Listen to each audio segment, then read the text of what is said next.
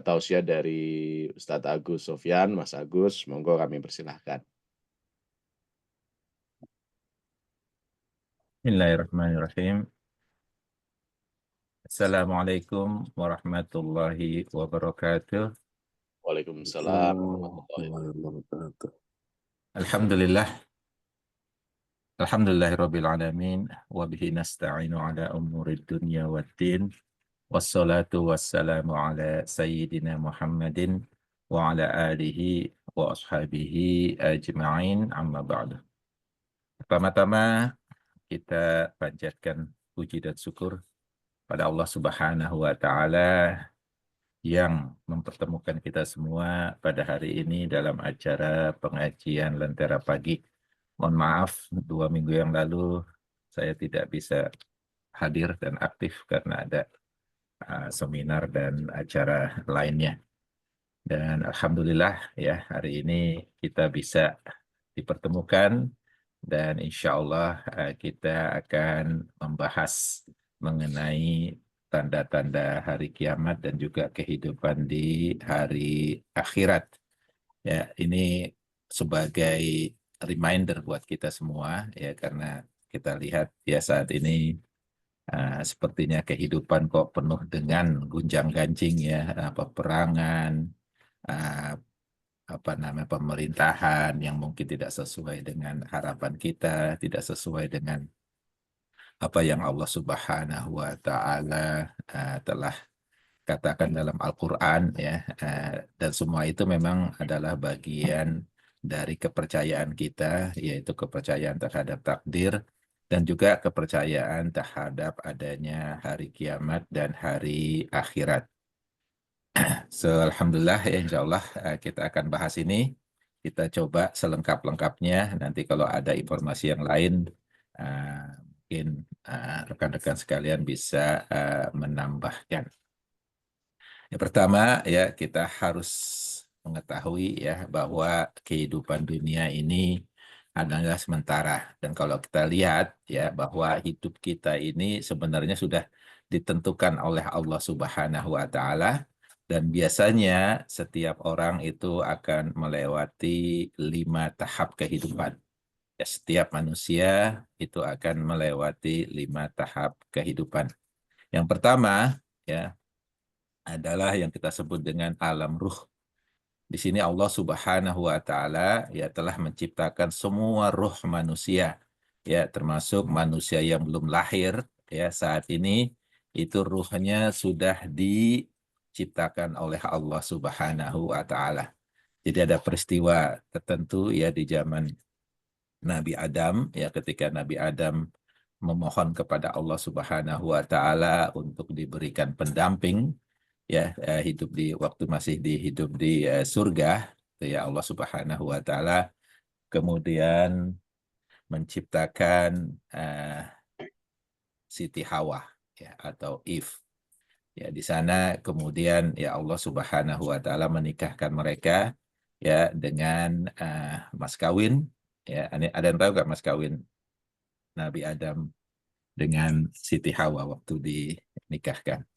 Wah, nggak tahu tuh. Nggak tahu. Jadi ketika akan dinikahkan tersebut ya, kemudian Allah Subhanahu wa taala menunjukkan Nabi Adam kehidupan, dan termasuk di sana ternyata ya nama Rasulullah Shallallahu Alaihi Wasallam sudah ada di sana berdampingan dengan nama Allah Subhanahu wa taala, yaitu kalimat 2 syahadah ya, kalimat syahadah, asyhadu alla ilaha illallah wa asyhadu anna Muhammadar Rasulullah. Jadi menurut sebagian ulama ya, mas kawin dari Nabi Adam itu adalah mengucapkan kalimat syahadah. Jadi Rasulullah SAW ya ruhnya itu sudah diciptakan ya Pak, pada saat bahkan sebelum Nabi Adam pun diciptakan. Jadi semua ruh manusia itu Allah Subhanahu wa taala sudah ciptakan ya, dan semua jumlahnya sudah Allah tentukan. Jadi kita tidak tahu berapa jumlah manusia seluruhnya nanti dari mulai Nabi Adam sampai manusia yang terakhir. Nah kemudian ya, kecuali Nabi Adam ya yang tidak mengalami alam rahim, ya manusia yang lain itu melewati yang kita sebut dengan alam rahim, yaitu kehidupan di apa namanya womb itu apa ya, di Ah, rahim, ya Ha- rahim ibu. Kalau Hawa kita juga, Hawa juga enggak ya? Hawa juga enggak, benar-benar. Jadi kehidupan di rahim ibunda kita. Jadi itu kita sebut dengan alam rahim. Dan Nabi SAW banyak sekali menjelaskan mengenai kehidupan di alam rahim ini. Ya salah satunya bahwa di alam rahim ini ya pada saat janin berusia 40 tambah 40 tambah 40 yaitu 120 hari, maka Allah Subhanahu wa taala mempertemukan jasad ya atau fisik yang dibentuk selama embriologi tersebut di dalam rahim orang tua kita dipertemukan dengan ruh kita. Ya, jadi dibawa oleh malaikat ruh kita itu kemudian ditiupkan ke dalam jasad kita di dalam rahim orang tua kita. Jadi ketika usia sekitar 4 bulan. Nah, disinilah hebatnya Islam, ya makanya nanti ada masalah hukum-hukum Islam, hukum warisan dan sebagainya, kemudian hukum mengenai penguburan dan sebagainya, itu nanti akan dimulai sejak adanya pertemuan antara jasad, ya fisik dari bayi tersebut dengan ruhnya yang ditiupkan oleh malaikat. Misalnya, apakah bayi yang di dalam rahim itu sudah mendapatkan warisan atau tidak? Kalau orang tuanya meninggal, bapaknya meninggal misalnya, itu nanti akan berdasar kepada keterangan dari Rasulullah SAW mengenai saat di mana ruh tersebut ditiupkan. Apakah bayi yang meninggal pada dalam kandungan itu nanti harus dikuburkan secara Islam atau tidak, itu juga nanti akan berhubungan dengan alam rahim ini, yaitu 120 hari ditiupkannya ruh tersebut. Kemudian ya selama mungkin 9 bulan 10 hari kita berada di alam rahim ibu kita, kemudian Allah Subhanahu wa taala mengeluarkan kita dari alam rahim dan kita kemudian ke alam dunia. Dan di alam dunia inilah ya kemudian Allah Subhanahu wa taala memberikan kepada kita ya banyak ilmu-ilmu, ya ini adalah kewajiban kita untuk memperbanyak ilmu kita, memperdalam ilmu kita, terutama masalah ilmu-ilmu agama, ya masalah hukum-hukum. Di dalam dunia ini kita juga hidup hanya sementara. Jadi mungkin manusia yang terdahulu hidup lebih lama, kemudian terjadi evolusi masalah kehidupan.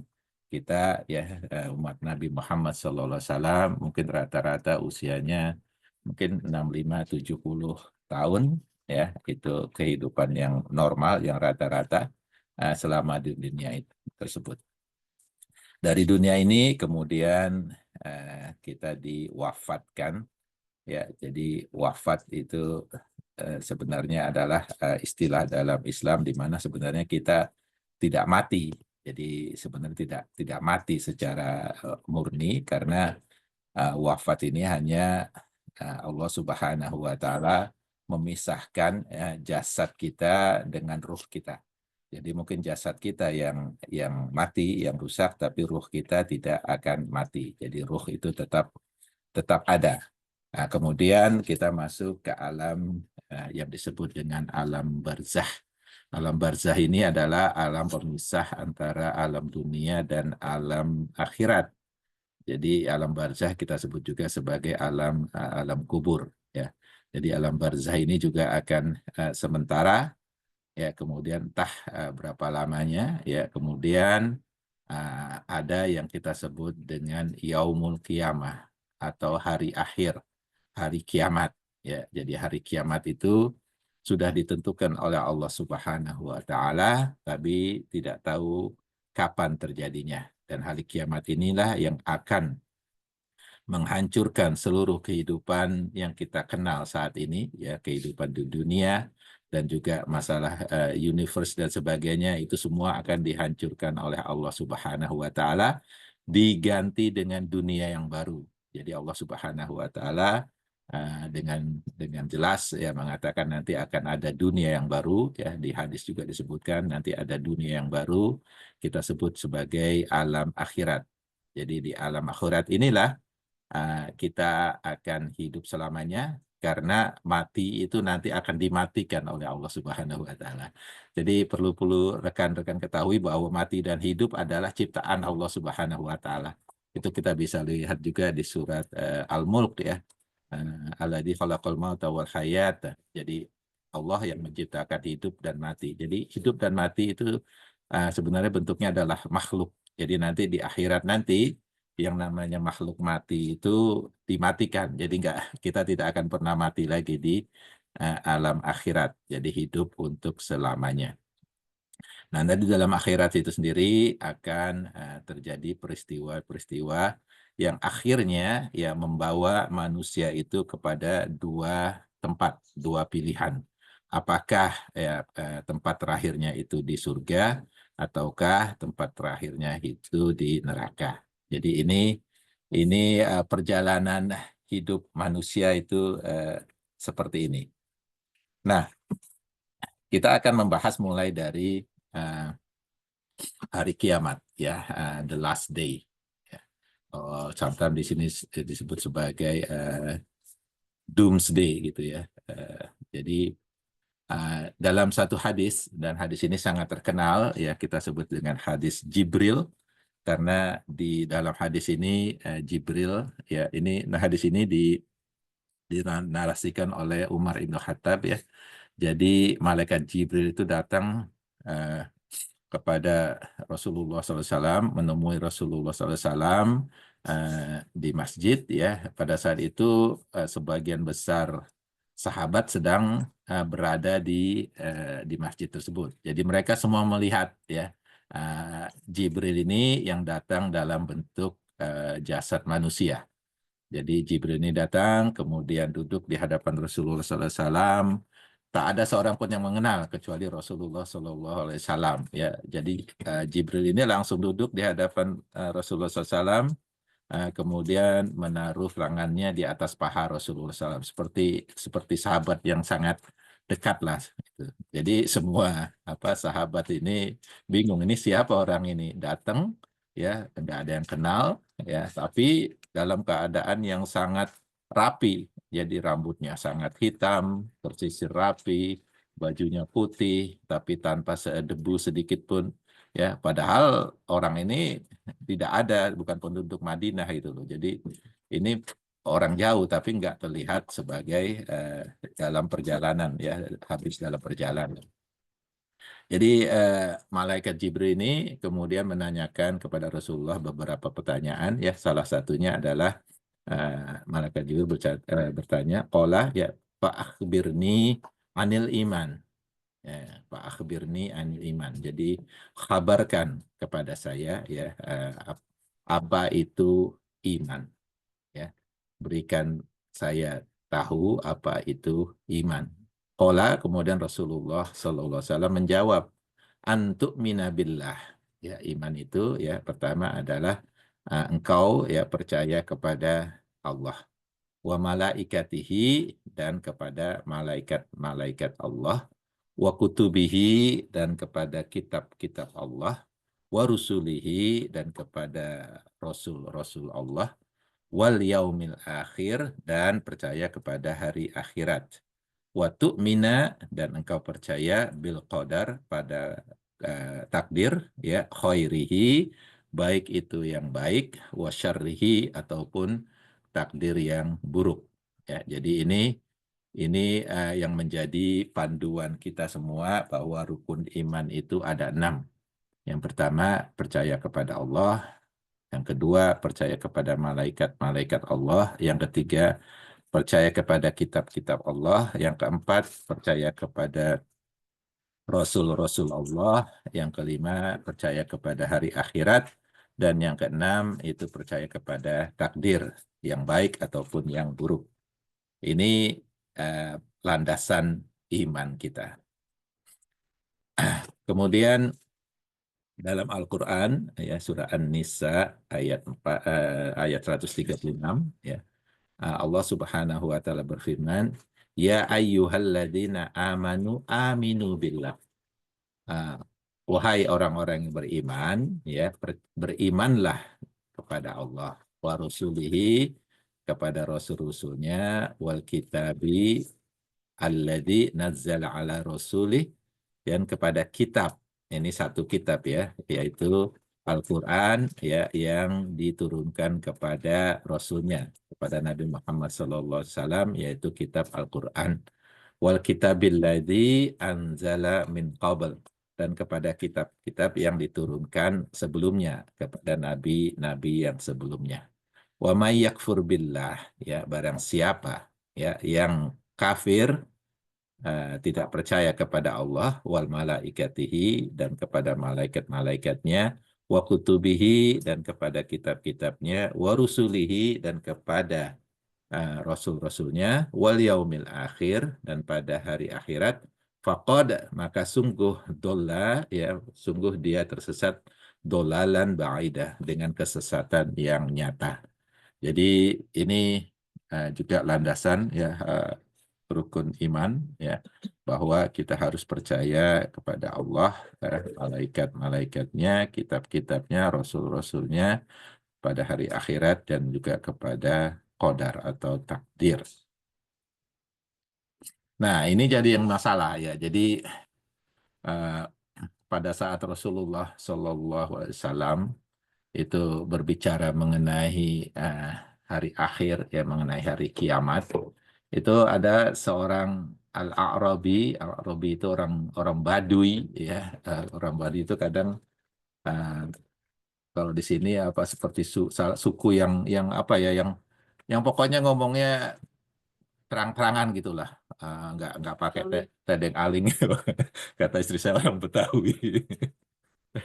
Jadi tanpa tedeng aling langsung nanya. Jadi seolah-olah yang orang Arabi ini ya, orang Baduy ini ngomong aja gitu loh, ngomong aja masalah kiamat ya. Jadi dia nanya, mata sa'ah gitu loh. Kapan kapan yang penting kapan ini gitu loh.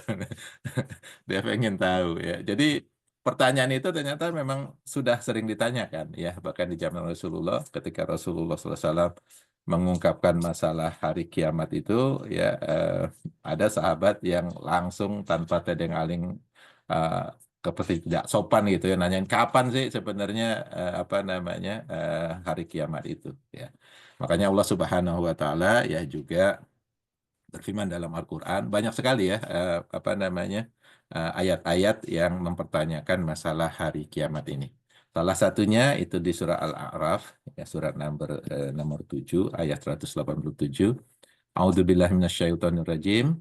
Yas'alunaka 'anis sa'ah. Ya, mereka itu bertanya ya kepada Rasulullah SAW, kapan sih hari kiamat itu ya? Ayyana mursaha, kapan datangnya? Qul innama ilmuha inda rabbi. Katakanlah wahai Muhammad ya. Jadi Allah itu nggak berkata langsung kepada kita, jadi melewat Rasulullah SAW, karena ini wahyu diturunkan kepada Rasulullah. Jadi Allah apa namanya memerintahkan Nabi Muhammad untuk mengatakan innama ilmuha inda rabbi, ya, sesungguhnya pengetahuan mengenainya, yaitu mengenai hari kiamat, inda rabbi, itu hanya ada di sisi Tuhanku, yaitu Allah Subhanahu wa taala. La yujalliha liwaqtiha illahu, ya. Nggak ada yang tahu ya kapan itu saatnya kecuali dia, kecuali Allah Subhanahu wa taala. Jadi ini jelas sekali. Jadi memang akan ada hari kiamat, tapi waktunya itu tidak ada yang akan tahu. Dan ini sekali lagi merupakan kepercayaan dalam Islam, akan datang hari kiamat, akan ada hari akhir, tapi waktunya tidak ada yang pernah tahu kecuali Allah Subhanahu wa taala sendiri. Nah, ini juga pada kita kembali ke hadis yang Jibril tadi ya. Jadi setelah Rasulullah SAW ya menjawab pertanyaan Jibril mengenai rukun iman itu ya, kemudian Jibril melanjutkan pertanyaannya. Qala, ya, Jibril itu bertanya, fa akhbirni anis sa'ah. Ya, fa akhbirni anis sa'ah. Kabarkan kepada saya kapan sih hari kiamat itu. Sa'ah artinya hour ya. Jadi the hour. Jadi kapan hari kiamat tersebut? Kemudian Rasulullah SAW menjawab, qol mal mas'ulu anha bi'a'lama minas sa'il.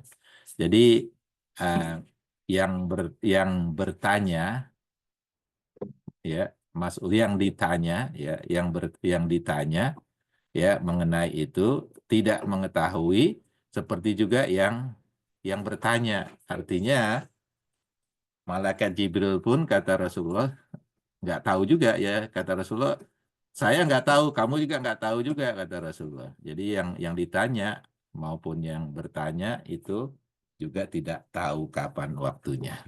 Nah, kemudian malaikat Jibril itu bertanya lagi ya, qol fa akhbirni an amarotiha. Ya kalau gitu kabarkan kepada saya apa sih tanda-tandanya. Ya apa sih tanda-tandanya akan datangnya hari kiamat tersebut. Nah, dari sinilah ya kemudian kita mendapatkan ya keterangan mengenai tanda-tanda hari kiamat. Yang Rasulullah SAW jawab ini hanya sebagian dari tanda-tanda yang kemudian dikumpulkan ya berdasarkan hadis-hadis dan juga berdasarkan Al-Quran. Yang Rasulullah SAW jawab ya pada saat ditanya pada saat itu adalah qol antalidal amatu robbataha, ya yaitu tandanya salah satunya adalah apa namanya pembantu atau slave yang melahirkan tuannya, ya pembantu ya atau slave yang melahirkan tuannya itu salah satu tandanya. Wa antarol hufatal auratul alata ri'as-sa'i yatalawaluna fil bunyan. Ya. Kemudian kanda yang kedua kata Rasulullah itu nanti ketika mendekati hari kiamat banyak orang-orang yang bertelanjang kaki ya, bertelanjang dada dan juga miskin gitu ya, kehidupannya miskin ya. Mereka biasanya penggembala. Kemudian apa yang terjadi? Mereka akan berlomba-lomba untuk membuat bangunan yang megah-megah dan yang tinggi. Nah, jadi di saat itu ya kita ketahui bersama bahwa kaum yang disebutkan oleh Rasulullah SAW saat itu ya adalah kaum Badui Al-A'rabi yang memang mereka kehidupannya tinggal di gurun pasir ya, mereka biasanya bertelanjang dada, bertelanjang kaki, bergembala ya, kemudian kehidupan mereka sangat keras. Tapi di akhir zaman ini ternyata mereka akan menjadi orang-orang terkaya di dunia ya, dan mereka akan saling berlomba-lomba untuk membangun bangunan setinggi-tingginya. Dan kita mengalami saat ini ya, kalau kita lihat semua kerajaan yang ada di Arab Saudi, yang di Jazirah Arab itu sebenarnya semuanya adalah di bawah keturunan orang Badui semua. Karena pada saat itu di zaman Rasulullah SAW, ya Arab bagian timur itu, ya sekarang itu Qatar, Dubai, Riyadh dan sebagainya, itu memang pada saat itu dihuni oleh kelompok Badui tersebut. Kemudian yang dari Riyadh itu kemudian menguasai Mekah, ya, kemudian jadilah kerajaan Saudi Arabia. Jadi King Saud ini adalah memang dari suku Baduy. Jadi kerajaan-kerajaan Arab, ya, di negara Arab saat ini semuanya itu memang berasal dari keturunan Baduy yang awalnya kata Rasulullah memang saling bertelanjang dada, bertelanjang kaki, ya mereka kehidupannya keras. Sekarang mereka menjadi raja-raja, kemudian menjadi orang terkaya di dunia dan saling berlomba-lomba mendirikan bangunan yang tinggi-tinggi. Dan ini sekali lagi kita lihat saat ini. Jadi dari sana ya kemudian ya apa namanya wala ulama ya kemudian mengumpulkan tanda-tanda hari kiamat. Jadi tanda-tanda hari kiamat itu bisa dibagi menjadi dua, yaitu pertama tanda-tanda yang kecil, yang kedua tanda-tanda yang besar. Ya, kalau sudah datang tanda-tanda yang besar itu umumnya akan terjadi kiamat dengan segera. Ya, tanda-tanda yang kecil, ya, itu ada sebagian yang sudah terjadi, yang Rasulullah SAW katakan pada saat itu mungkin belum terjadi, tapi di zaman kita ini ya tanda-tanda tersebut sudah lewat. Kemudian ada juga tanda-tanda ya ketika Rasulullah mengatakan itu belum terjadi, tapi sekarang ini ya di zaman kita sedang terjadi. Kemudian yang ketiga ya tanda-tanda kecil yang Rasulullah katakan saat itu belum terjadi dan kita juga belum melihatnya saat ini. Ya, jadi tanda-tanda yang kecil ya, itu bisa dibagi menjadi tiga, yang sudah lewat, yang sedang terjadi, dan yang akan terjadi atau yang belum terjadi. Kemudian tanda-tanda besar semuanya belum terjadi. Dan ini ya kalau kita melihat tanda-tanda ini sebenarnya berhubungan dengan lifespan of Muslim Ummah. Jadi berapa lama sih umat Muslim itu ya follower Nabi Muhammad SAW itu berada di dunia ini. Ya, jadi ada hadis ya yang memberikan arahan kepada kita berapa lama sesungguhnya ya umat Islam itu berada di dunia ini sampai nanti sebelum hari kiamat. Nah, di sini ya Rasulullah SAW ya apa namanya memberikan perinciannya dalam satu hadis ya, hadisnya panjang tapi akan saya apa namanya summary-kan ya. Dari hadis itu ya Rasulullah SAW mengatakan bahwa akan ada 5 periode dalam kehidupan Muslim ya Muslim ummah ini. Ada 5 periode dan kalau dimasukkan ke dalam umur tahun itu sekitar 1.500 sampai 2.000 tahun. Jadi ini periode umat Islam dari sejak Nabi Muhammad SAW sampai nanti seluruh umat Muslim meninggal dunia itu terjadi sebelum hari kiamat. Jadi kita harus menyadari dan harus mengetahui bahwa di hari kiamat itu nanti tidak ada seorang Muslim pun yang akan mengalami gonjang-ganjing di hari kiamat.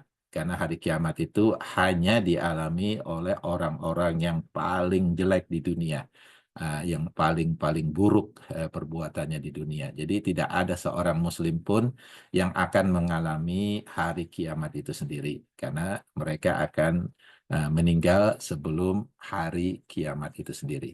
Jadi kata Rasulullah ada 5 periode, ya, ada 5 periode kehidupan. Yang pertama kata Rasulullah itu yaitu zaman beliau sendiri ya, zaman kenabian, yaitu kita ketahui Nabi Muhammad SAW membawa nubuah, membawa kenabian itu 13 tahun di Mekah, kemudian sekitar 10 tahun di Madinah, ya sekitar 23 tahun. Itu periode yang pertama, periode kenabian. Rasulullah mengatakan bahwa antara aku diturunkan, ya dikirim ya sebagai Rasul dengan datangnya hari kiamat itu dekat sekali. Jadi kenabian itu sendiri merupakan tanda datangnya hari kiamat.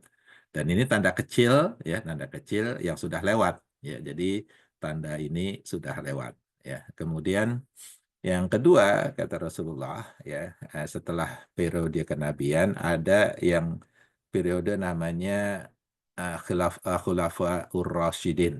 Jadi periode di mana umat Islam ya diperintahkan atau di bawah naungan khulafa yang baik ya, yang rasyid, yang benar. Khulafa Ur-Rasyidin yang kita kenal ada 4 ya, yaitu setelah Rasulullah meninggal ya apa namanya yang pertama itu adalah Abu Bakar, ya, kemudian Umar, Utsman, dan Ali. Nanti dilanjutkan sedikit dengan Hasan ya, nggak lama, nggak sampai setahun. Jadi kata Rasulullah itu akan 30 tahun lamanya. Jadi sebelum Rasulullah SAW meninggal itu sudah mengetahui apa yang akan terjadi dengan umatnya ya, bahwa setelah beliau meninggal nanti akan dipimpin oleh Khilafatur Rasyidin. 30 tahun kata Rasulullah. Kemudian kalau kita hitung ternyata memang ya mirip atau tepat ya 30 tahun yang Rasulullah SAW katakan tersebut. Kita ketahui Abu Bakar ya menjadi khulafa itu sekitar 2 tahun. Kemudian dilanjutkan dengan Umar ya sekitar 10 tahun. Utsman itu 12 tahun, Ali itu sekitar 6 tahun. Kurang sedikit, nanti dilanjutkan oleh Hasan sekitar 6 bulan. Jadi totalnya memang kalau di total itu 30 tahun di bawah Khulafatur Rasyidin. Kemudian kata Rasulullah, setelah di bawah khilafah ini, ya, maka kata Rasulullah, ya, nanti umat Islam itu akan ada di bawah mulkan adudan. Mulkan adudan itu artinya kerajaan yang berdasarkan keturunan. Berdasarkan keturunan. Ya, kita ketahui ya setelah Hasan atau setelah Khalifah Ali, ya, kemudian umat Islam ada di bawah Bani Umayyah. Dan Bani Umayyah inilah yang pertama merubah hukum masalah kekhilafaan ini. Ya, jadi diganti dengan kekerajaan di mana hanya keturunan Umayyah yang berhak menjadi raja. Nah, kita ketahui kemudian apa yang terjadi ya itu sekitar hampir 100 tahun ya mereka memimpin Bani Umayyah ini, kemudian diambil alih oleh Bani Abbasiyah keturunan Abbas. Itu lebih lama lagi ya, hampir 500 tahun mungkin ya di bawah Abbasiyah ini. Dan zaman Abbasiyah ini kerajaan pun dipindah ya. Kalau zaman Umayyah ya ibu kota kerajaan dipindah dari Madinah ke Syria ya, ke Damaskus.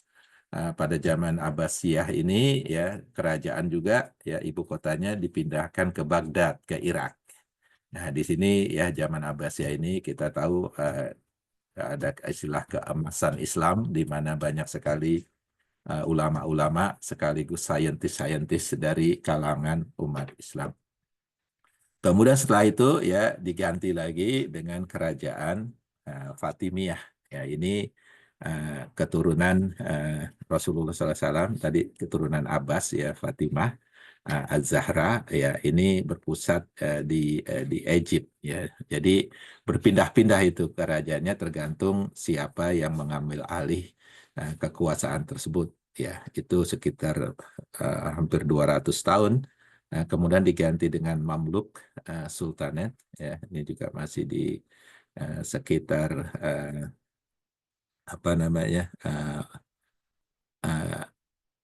Afrika ya. Kemudian kita ketahui yang terakhir itu adalah Khilafah Utsmaniyah, dipindahkan kerajaannya ke Turki ya, Ottoman Empire. Nah, itu sekitar 400 tahun dan itu habis ya atau selesai di tahun 1924 ya, setelah Perang Dunia Pertama. Tidak ada lagi kekhilafahan di umat Islam. Nah, nanti kata Rasulullah setelah mulkan al-Dudan ini akan diganti dengan mulkan Jabarian. Mulkan Jabarian yaitu kekuasaan ya dalam bentuk kerajaan ataupun pemerintahan yang tyrannical, yang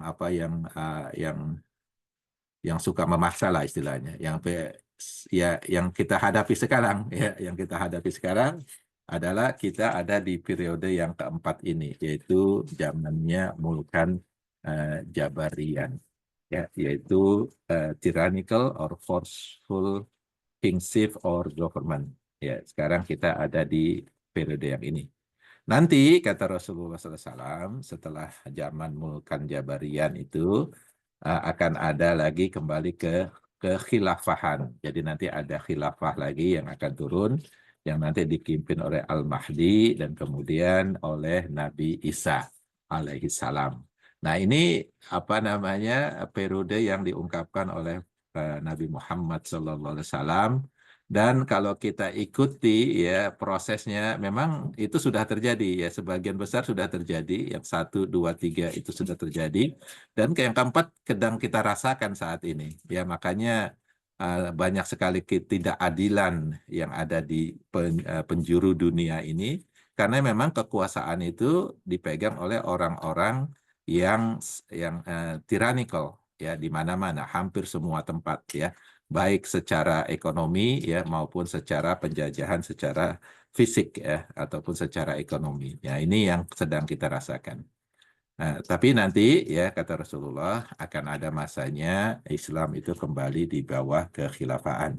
Maka ada sebagian grup-grup ya yang memaksakan periode kelima ini, yang mengaku sebagai mereka sebagai khilafah, bahkan ada yang mengaku sebagai Imam Mahdi ya. Padahal belum saatnya, karena tanda-tanda datangnya Imam Mahdi ini, tanda-tanda hari kiamat itu, tanda besarnya sendiri belum terjadi gitu ya. Padahal Imam Mahdi ini nanti akan datang di saat tanda-tanda besar itu yang terjadi. Nah, ini mengenai periode umat Islam.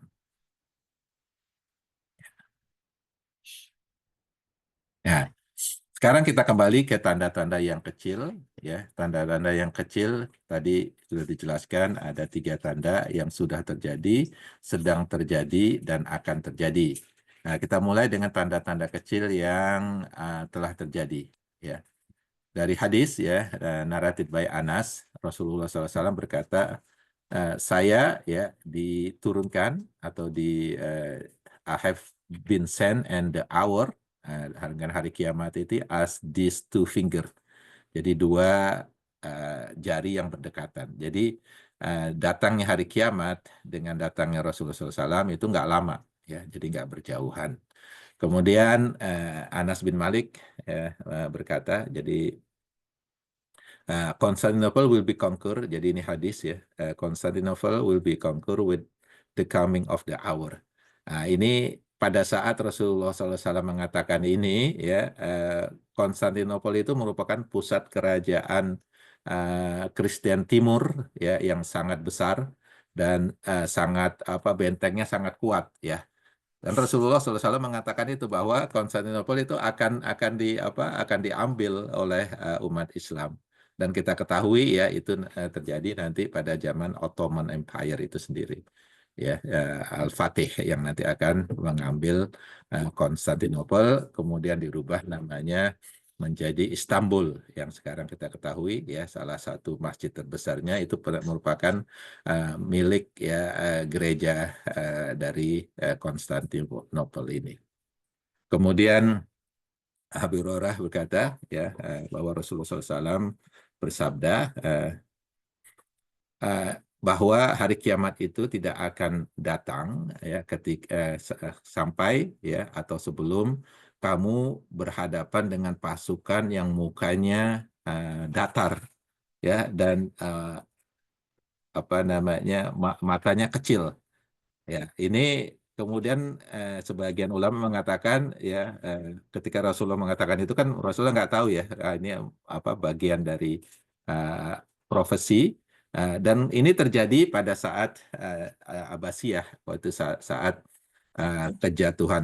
hampir kejatuhan Abbasiyah ya, di mana pada saat itu Mongol pasukan Mongol itu menghancurkan Baghdad sehancur-hancurnya ya, sampai dalam sejarah dikatakan bahwa sungai Efrat itu di Baghdad itu penuh dengan warna tinta dan warna darah karena pasukan Mongol itu ya membunuhi semua penduduk Baghdad ya, sebagian besar penduduknya dibunuhi, dan juga library ya terbesar di sana, yaitu merupakan kumpulan buku-buku umat Islam yang tersimpan di sana, itu semuanya dihancurkan ya, semuanya dirobek-robek dan dibuang ke dalam sungai. Jadi ini telah terjadi ya, telah terjadi yang nomor 3 dan nomor 4 ini, dan itu ya ada dalam sejarahnya.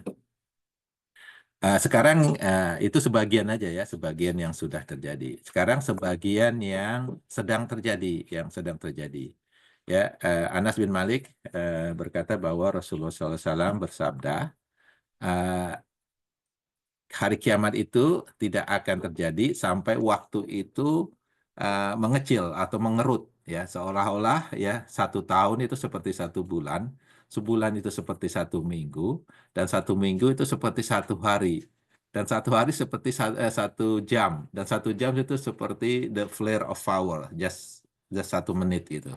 Jadi ini kita sedang mengalaminya ya, bahwa kok baru aja kemarin udah, misalnya baru tahun lalu kok udah ini. Jadi seolah-olah waktu itu semakin cepat, ya, waktu itu semakin cepat dan kita merasakannya. Dan ini yang Rasulullah SAW katakan sebagai salah satu tanda hari akhir juga.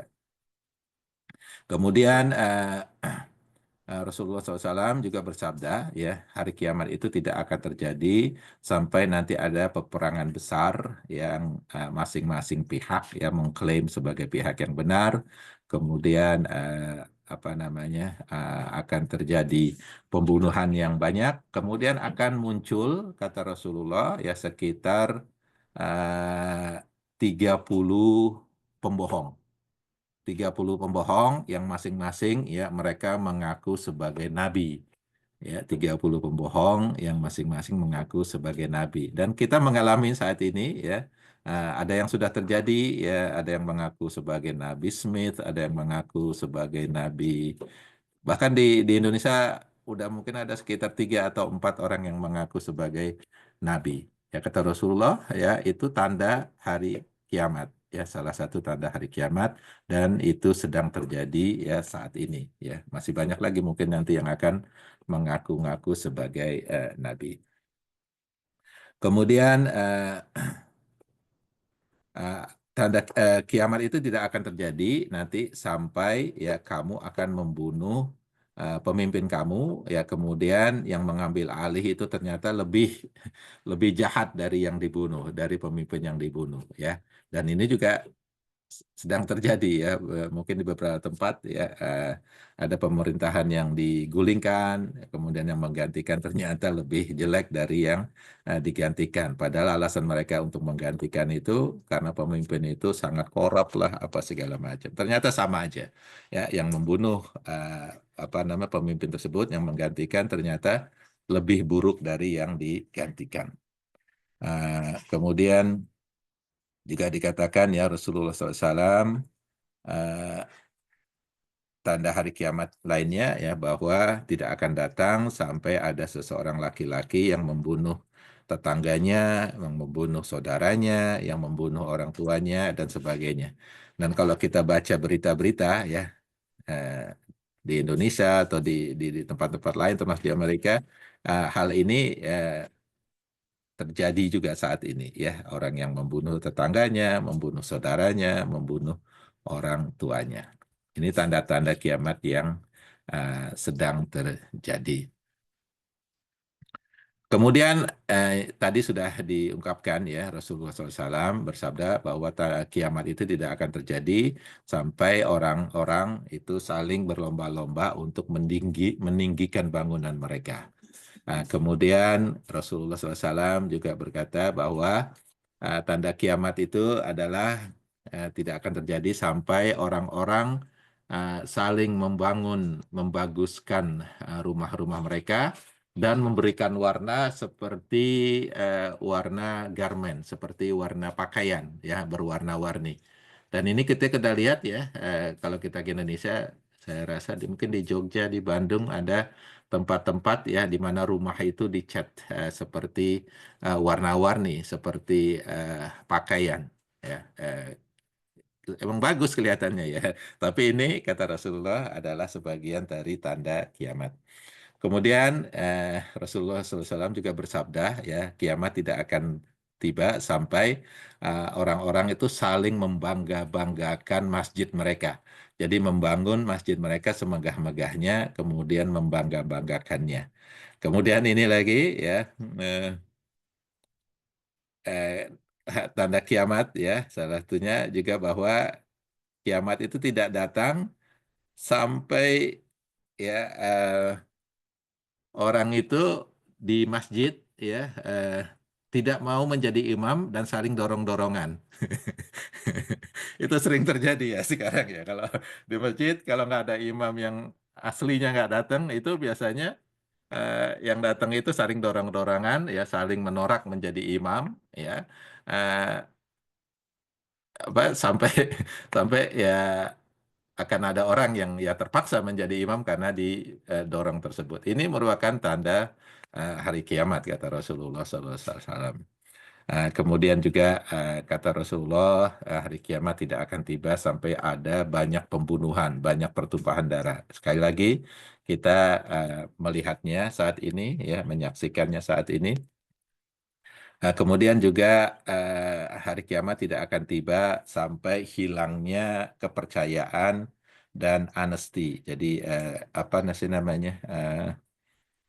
Keterus terangan. Jadi pembohong itu banyak sekali lah istilahnya. Jadi bahkan pembohong-pembohong itu menjadi pemimpin-pemimpin, ya. Kemudian kata Rasulullah juga tanda kiamat itu tidak akan tiba ya sampai dicabutnya ilmu dengan dicabutnya apa namanya usia eh, para ulama. Itu salah satu juga tanda kiamat. Kemudian Rasulullah SAW juga bersabda, ya kiamat tidak akan tiba sampai ya ilmu itu dicabut, kemudian orang yang tinggal hanya orang-orang yang bodoh, ya kemudian menjadi pemimpin, dan juga penggunaan atau alkohol, ya dan bahan-bahan yang memabukkan lainnya itu menjadi biasa, dan juga apa namanya hubungan seks di luar nikah itu menjadi hal yang biasa. Ini juga tanda hari kiamat yang sedang terjadi. Kemudian Rasulullah SAW juga mengatakan ya di mendekati kiamat nanti akan terjadi banyak apa namanya gempa bumi, ya storm dan sebagainya. Kalau orang saintis bilang ini hubungannya dengan climate change, tapi ini sebagai Muslim kita ketahui Rasulullah SAW sudah mengatakan ini adalah sebagai tanda-tanda datangnya hari kiamat. Kemudian yang lainnya, kata Rasulullah, tanda kiamat lainnya itu ada orang yang paginya beriman, malamnya sudah tidak beriman. Itu tanda eh, hari kiamat yang juga sedang terjadi. Yang belum terjadi, ya ini yang tanda kecil yang belum terjadi. eh, ini kata Rasulullah nanti mendekati hari kiamat, Sungai Euphrates di Irak itu akan apa namanya kering dan memperlihatkan kandungan ya entah itu emas asli atau sesuatu yang bernilai sebagai emas, ya itu kita tidak tahu, tapi itu merupakan tanda yang belum terjadi. Kemudian yang lainnya nanti akan terjadi peperangan antara Muslim dan Yahudi, dan di peperangan tersebut bahkan pohon-pohon dan bangunan-bangunan batu akan membantu Muslim, ya menunjukkan di mana orang Yahudi itu uh, bersembunyi. Uh, ya, dan juga seperti yang disebutkan tadi bahwa tanda hari kiamat itu hanya akan dialami oleh wicked person, orang-orang yang paling buruk. Ya, jadi sekali lagi Muslim, orang yang beriman tidak akan mengalami hari kiamat itu sendiri. Ini yang juga salah satu hadis yang perlu kita cermati, ya bahwa Rasulullah SAW mengatakan bahwa hari kiamat itu akan terjadi di hari Jumat. Ya, jadi hanya diberikan apa namanya clue-nya oleh Rasulullah SAW. Jadi Allah Subhanahu Wa Taala memberikan clue informasi kepada Nabi Muhammad SAW bahwa hari kiamat itu adalah hari Jumat. Ya makanya hari Jumat itu sangat penting buat kita, dan alhamdulillah ya karena hari Jumat itu merupakan hari di mana kita dianjurkan untuk lebih banyak beribadah, ya, dan juga dianjurkan untuk membaca salah satunya misalnya surah Al-Mulk, ya untuk mencegah kita dari siksa, dan juga Al-Kahfi, sorry, surah Al-Kahfi, ya untuk menghindari kita dari fitnah Dajjal. Ya, itu salah satu fungsinya. Kalau kita bisa hafal 10 ayat pertama surat Al-Kahfi itu, insya Allah ya akan menjaga kita dari fitnah Dajjal.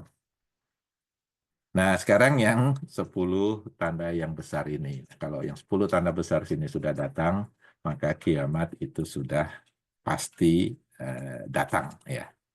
Gak lama lagi, langsung. Karena kata Rasulullah, 10 tanda besar ini satu persatu akan datang seperti apa namanya kalung ya yang terbuat dari apa namanya marble itu. Kalau rantainya lepas, maka akan apa namanya jatuh satu persatu dengan cepatnya. Jadi yang 10 ini akan datang berturut-turut dengan cepatnya. Di hadis ini tidak diberikan secara apa namanya sequence ya, tapi di sini ya berdasarkan para ulama, kemudian diberikan urutannya yang sesuai dengan kejadian yang Rasulullah SAW sebutkan dalam beberapa hadis lainnya. Jadi yang pertama ya tanda besar yang pertama itu adalah datangnya Dajjal. Nanti juga ada apa namanya Al-Mahdi di sini, tapi Al-Mahdi itu tidak termasuk dalam tanda besar ini. Jadi turunnya Dajjal. Dajjal itu artinya pembohong besar ya. Sekarang sendiri ya sudah muncul ya Dajjal-Dajjal yang kecil ya, penyokong-penyokong Dajjal ini yang akhirnya nanti akan muncul Dajjal. Dalam hadis dikatakan Dajjal itu akan muncul di daerah Khurasan, yaitu di antara Iran dengan Rusia. Ya, bagian Rusia di atas sana. Kemudian nanti Dajjal itu akan dibantu akan pergi ke Iran, ke satu kota namanya Isfahan, nanti akan diiringi oleh sekitar 70.000 orang Yahudi. Kalau kita sekarang mau melihat di website gitu ya, mau nyari di website kota Isfahan, kemudian cari di sana apa namanya kelompok Yahudi yang hidup di sana, itu kita akan menemui ya ternyata memang walaupun di Iran ada orang-orang Yahudi yang tinggal di sana, dan umumnya mereka tinggal di kota Isfahan ini. Ya, bisa kita Google itu. Ya, kemudian dari sana ya Dajjal itu akan berperang dengan pasukan Al-Mahdi sampai mereka menyerang ke Damaskus. Di Damaskus nanti inilah Al-Masih ya yaitu Isa alaihissalam akan turun ya akan memerangi Dajjal dan akan membunuh Dajjal. Nah, setelah Dajjal dan pasukannya terbunuh, itu ya kalah. Kemudian datanglah tanda berikutnya, yaitu turunnya Ya'juj dan Ma'juj, Gog and Magog. Ya, ini turun setelah Nabi Isa ya memimpin pasukan Muslim. Nabi Isa dan pasukan Muslim tidak mampu memerangi Gog and Magog ini, Ya'juj dan Ma'juj. Kan ini dua Ya'juj itu artinya grup ya, bukan orang, tapi tentara, kelompok gitulah. Ma'juj itu kelompok yang lainnya, tapi mereka itu semuanya besar-besar seperti apa namanya monster lah gitu kalau dalam istilah kita.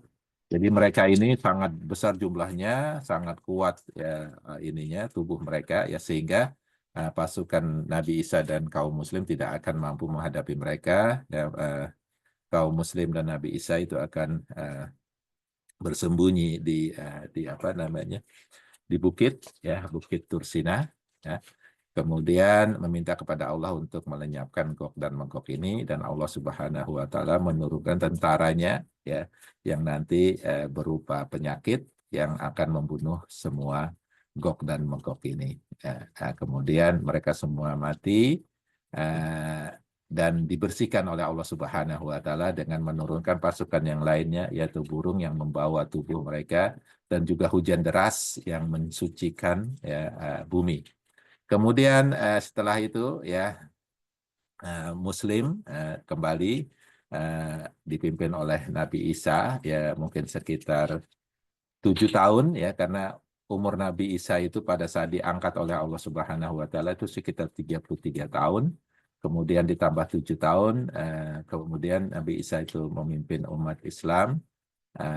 Setelah itu beliau meninggal dunia ya meninggal atau wafat yang sebenar-benarnya. Nah, kemudian kaum Muslim dan non-Muslim itu mereka apa namanya hidup bersama, tetapi mulai terbelah ya. Jadi yang muslim dan non muslim itu akan kelihatan. Kemudian Allah Subhanahu wa taala akan menurunkan tanda yang berikutnya, yaitu matahari terbit dari barat. Dalam hadisnya dikatakan kalau matahari sudah terbit dari barat, maka segala permohonan ampun ya itu akan ditolak. Jadi artinya setelah matahari terbit dari barat ini, muslim dan non muslim itu sudah akan terbelah, dan non muslim tidak akan bisa menjadi muslim kembali karena sudah tidak ada pengampunan di sana. Kemudian setelah itu keluarlah dabbah. Ya, dabbah itu binatang liar istilahnya, wild animal, yang nanti akan menandakan muslim dan non-muslim dengan tanda tertentu. Ya. Dan tanda itu akan jelas terlihat. Jadi yang non-muslim dan muslim akan terlihat. Kemudian tanda kiamat berikutnya itu asap ya dari daerah Yaman, Al-Dukhan. Kemudian gempa bumi ya di timur, di barat, dan juga di tengah, dan akan menghancurkan sebagian besar manusia ya, dan juga kaum muslim itu sendiri nanti juga akan meninggal. Jadi tidak ada akan kaum muslim lagi yang hidup, hanya orang-orang yang berdosa yang akan hidup, sampai kemudian Allah Subhanahu wa taala menurunkan tanda yang terakhir, yaitu berupa api dari Yaman yang akan menggiring orang-orang ini ke mahsyar. Jadi padang mahsyar itu nanti ada di dua tempat ya. Pertama padang mahsyar di daerah Syria ini, nanti akan ada di daerah Syam atau Syria, yang akan mengumpulkan seluruh orang yang tersisa di dunia ya. Kemudian setelah itu barulah ditiupkan sangkakala yang pertama, yaitu datangnya hari kiamat. Nah itu tanda-tanda besarnya. Saya akan lewatkan apa yang harus kita lakukan apabila itu terjadi. Jadi kita langsung ke hari akhir ini ya. Jadi kita dalam Al-Quran ya, Allah Subhanahu wa taala berfirman, bahkan di dalam surat Al-Baqarah ya, jadi surat yang kedua, Allah Subhanahu wa taala berfirman, walladzina yu'minuna bima unzila ilaika wa ma unzila min qablik, yaitu orang-orang yang percaya dengan kitab yang diturunkan kepadamu dan kitab yang diturunkan sebelum kamu, wabil akhiratihum yuqinun, yaitu orang yang dengan hari kiamat, hari akhir itu yuqinun. Jadi bukan hanya sekedar percaya lagi ya untuk hari akhirat ini ya, kita sebagai muslim ya, sebagai orang yang beriman itu yuqinun. Bukan yu'minun, tapi yuda yuqinun. Yuqinun artinya yakin. Jadi yakin itu levelnya sudah lebih tinggi dari percaya. Jadi dengan hari akhirat ini ya, kita orang beriman itu akan sangat yakin ya akan ada hari akhirat di mana semua amal-amal kita akan diperhitungkan. Nah, di hari akhirat sendiri itu ada beberapa masa-masanya. Jadi bukan hanya langsung hari akhirat kemudian surga neraka, enggak, tapi ada masa-masanya ya. Yang pertama ya, tadi kan ditiup sangkakala pertama, seluruh manusia, bukan hanya manusia, tapi seluruh ciptaan Allah itu akan mati, termasuk malaikat-malaikat, semuanya akan mati, hanya Allah yang tersisa ya, hanya Allah yang tersisa. Itu kalau kita baca di surat Ar-Rahman ya, itu nanti dikatakan di sana, kullu man 'alaiha fan, semuanya akan fana, semuanya akan hilang kecuali Allah, wajah Allah, yaitu kekuasaan Allah. Nah setelah itu ya ditiuplah sangkakala yang kedua. Nah di sini seluruh manusia yang mati ya, itu akan dihidupkan lagi, namanya resurrection.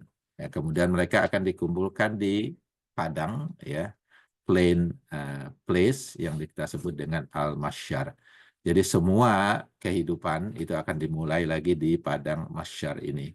Kemudian di padang mahsyar ini manusia akan kebingungan ya, karena mereka disuruh menunggu selama bertahun-tahun. Nah, dalam hadis dikatakan 1 hari di padang mahsyar itu sama dengan 50.000 tahun di dunia. Jadi bisa dibayangkan ya kalau hanya katakanlah 1 bulan aja sudah beribu-ribu tahun, ya sama aja dengan kehidupan di dunia, disuruh menunggu aja al-mahsyar, di al-mahsyar ini. Maka mereka akan saling kebingungan, tidak kuat, dan akhirnya mereka meminta syafaat, ya, intercession kepada nabi-nabi, ya. Yang pertama mereka datang itu Nabi Adam menolak, kemudian Nabi Nuh, Nabi Ibrahim, Nabi Musa, Nabi Isa, semuanya menolak sampai mereka datang kepada Rasulullah SAW minta syafaat tersebut, dan Rasulullah mengatakan ini adalah bagianku, yaitu memberikan syafaat ini. Nama syafaatnya adalah syafaat uzma, di mana Rasulullah SAW akan meminta kepada Allah Subhanahu Wa Taala untuk waktu tunggu ini dihilangkan. Jadi langsung ya ke masa berikutnya. Ya, setelah syafaat ini, maka nanti setiap manusia akan diberikan buku catatan amal mereka. Jika datang dari sebelah kanan, maka mereka akan bergembira. Jika datang dari sebelah kiri atau dari belakang mereka, mereka akan bersedih karena tahu akan perbuatan mereka. Nah, setelah itu baru dihisab, ya, semua dihisab dengan seadil-adilnya. Kemudian setelah dihisab, ya, nanti yang tersisa itu apakah hasanah, yaitu amal baik, ataupun sayyi'ah atau amal buruk. Nah, kalau mereka membawa ini semua, nanti mereka akan di mizan, akan ditimbang. Jadi hasanah sama sayyi'ahnya ditimbang. Nah, kalau lebih bagus hasanahnya, maka ya, mereka akan senang. Kalau jelek, maka mereka akan bersedih. Kemudian mereka akan semua digiring ke danau yang disebut Danau Al-Kautsar, ya, di telaga Rasulullah SAW. Dari sana, ya, orang yang kafirin itu nanti akan langsung dimasukkan ke neraka. Tapi orang yang beriman itu nanti semuanya akan diminta atau dipaksa untuk melewati jembatan Sirat, jembatan. Jadi nanti semua kita itu, insya Allah, ya, yang masuk ke dalam surga pun akan melewati neraka, akan melihat bagaimana dahsyatnya neraka tersebut dari atas Sirat, ya, dari atas Sirat. Jadi nanti kalau kita di surga, kita akan bisa merasakan kebahagiaan tersebut karena bisa membandingkan dengan jeleknya neraka. Jadi semuanya akan nanti dilewatkan di Sirat ini, the bridge. Ya, kemudian dari sanalah kemudian ditentukan ya siapa yang akan tinggal di surga. Ya, kalau sudah di surga pasti selama-lamanya. Dan siapa yang akan tinggal di neraka. Nah, kalau neraka ini nanti ada 2 golongan. Ada yang selama-lamanya, ada yang untuk sementara. Yang sementara ini nanti juga akhirnya akan dimasukkan ke dalam surga. Dan kita tahu Rasulullah SAW bersabda, man qala la ilaha illallah dakhalal jannah. Barang siapa yang mengucapkan tiada Tuhan selain Allah, ya, dengan hati dan perbuatannya, maka mereka akhirnya pun akan masuk ke dalam surga. Jadi nanti ada hadis, ya, yang sangat jelas mengatakan bahwa Rasulullah SAW diberikan, ya, kemampuan untuk memberikan syafaat kepada kaumnya, orang-orang yang beriman yang ada di neraka. Ya, jadi Rasulullah itu meminta pada Allah, ya, bersujud kepada Allah, ya, agar orang-orang yang disiksa di neraka ini dapat disegerakan dan diangkat ke dalam surga. Allah akan memberikan izin kepada Rasulullah untuk mengambil, kata Allah, sudah datang kamu ke ambil, ya, orang-orang yang beriman yang mereka mempunyai iman sebesar biji barli. Jadi ini cukup besar itu, ya. Kemudian diambil oleh Rasulullah, ya, diambil izin dari Allah tersebut, ya, mengambil orang yang beriman dalam neraka. Kemudian Rasulullah bersujud lagi, meminta kepada Allah lagi untuk mengambil lagi. Kata Allah, ya udah ambil sekarang yang mempunyai iman sebesar biji sawi atau sebesar biji bayam. Kemudian diambil oleh Rasulullah, kemudian bersujud lagi. karena masih ada yang tertinggal di sana. Kata Allah, ya udah ambil yang mempunyai iman ya lebih kecil dari biji sawi atau dari biji bayam. Diambil lagi oleh Rasulullah. Ternyata masih ada juga orang yang beriman di sana. Kemudian minta lagi kepada Allah, akhirnya Allah bilang, ya barang siapa yang mempunyai la ilaha illallah, kalimat la ilaha illallah di hatinya, ya percaya bahwa tiada Tuhan selain Allah, maka mereka semua akan diangkat dari neraka dan dimasukkan ke dalam surga. Nah, ini bagian dari sekuen yang terjadi di hari akhirat nanti. Ya. Nah, untuk masalah dalilnya, ya baik dari segi Al-Quran dan juga hadis, ini saya juga masukkan di PowerPoint ini yang mungkin nanti bisa saya share, ya. Tapi yang jelas itulah urutan ya peristiwa di hari akhirat nanti. Dan di antara kita pun ya Allah Subhanahu wa taala memberikan juga kemampuan untuk memberikan syafaat. Nah, setelah kita di surga, kita diberikan kemampuan untuk memberikan syafaat ya kepada teman-teman kita, kepada keluarga kita, kepada saudara-saudara kita, ya semuanya. Ya salah satunya ya dalam hadis Rasulullah SAW mengatakan bahwa nanti di surga kita diberikan syafaat ya untuk mencari teman kita yang biasa dengan kita ya berbuat baik, pergi ke masjid, pergi pengajian dan sebagainya. Kalau tidak ada di surga, maka Allah Subhanahu wa taala memberikan kita ya syafaat untuk memanggil mereka dari neraka. Jadi insya Allah ini adalah bagian dari kita sebagai Muslim ya, blessing kita ya sebagai Muslim, di mana nanti kita juga masih bisa saling membantu di akhirat nanti. Ya demikian Mas Agung, mudah-mudahan bermanfaat. Nanti kalau ada pertanyaan ataupun ada tambahan dipersilakan. Allah khairan, Mas Agus, Masya Allah. Sharing materialnya bagus sekali. Saya banyak belajar hal yang baru yang saya nggak kepikir juga sebelumnya. Dan banyak juga ingin nanya sesuatu, tapi intinya ini saya persilakan ya pada bapak-bapak yang ingin memberikan ini komentar, pertanyaan. Ini menarik sekali ini. Monggo yang mau langsung menanyakan. Assalamualaikum, Mas. Waalaikumsalam warahmatullahi wabarakatuh. Kebetulan habis subuh, Pak, ada surat yang saya baca ada hubungannya dengan slide yang pertama tadi mengenai rahim, Mas Agus. Kurang besar. Nah, ada yang saya ingin tanyakan di sini, kenapa disebut demikian?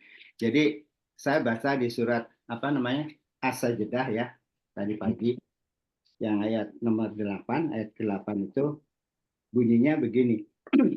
Kemudian dia menjadikan keturunannya dari saripati air yang hina, air mani, kan gitu ya. Kemudian dia menyempurnakannya dan meniupkan roh ciptaannya ke dalam tubuhnya. Dan dia menjadikan pendengaran, penglihatan, dan hati bagimu. Tetapi sedikit sekali kamu bersyukur.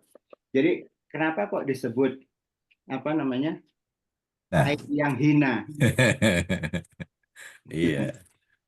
Jadi ini secara ini aja ya, sebenarnya